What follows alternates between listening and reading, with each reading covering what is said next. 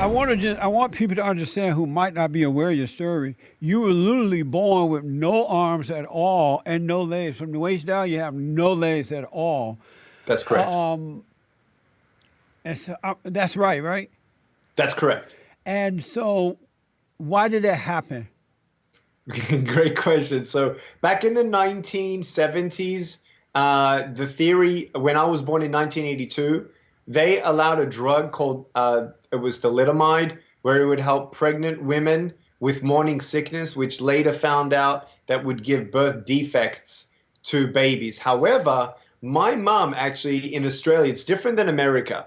My mom as a midwife actually would do from A to Z, kind of like in America what they do with the doctor and the nurses. Right. As a midwife in Australia, she did the whole thing, and she was in charge of a whole department of hospitals in the birthing suite up until her firstborn son, which was me.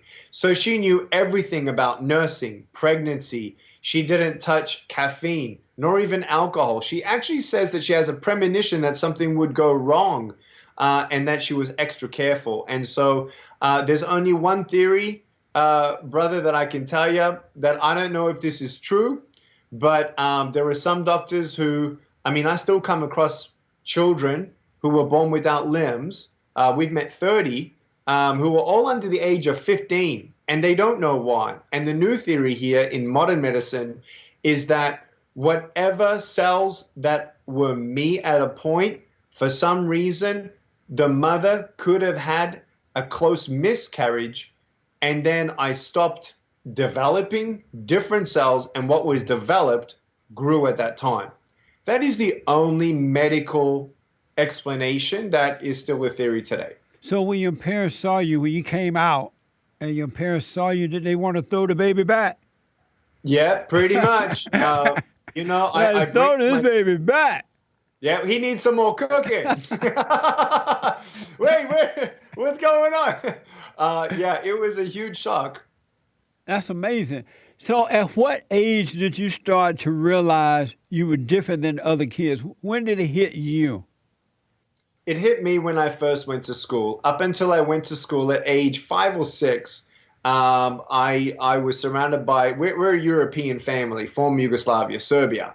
And I was surrounded by 24 first cousins and friends, close friends, but mainly family and very close friends. And everyone knew that. They called me Nicky back then. Nicky had no arms and no legs, but it wasn't a big deal. And it was when people looked at me and not just asked me why. It was so silly sometimes, Jesse. I didn't know what to say. They're like, "What happened to you?" And I just say, "Cigarettes."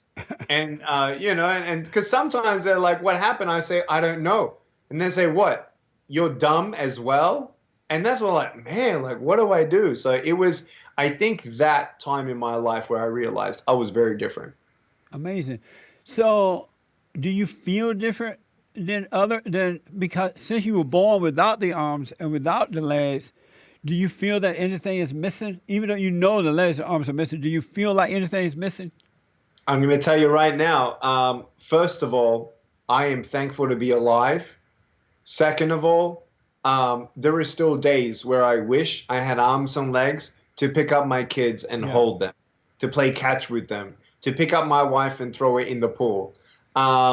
It definitely, there are times and days that I still get frustrated.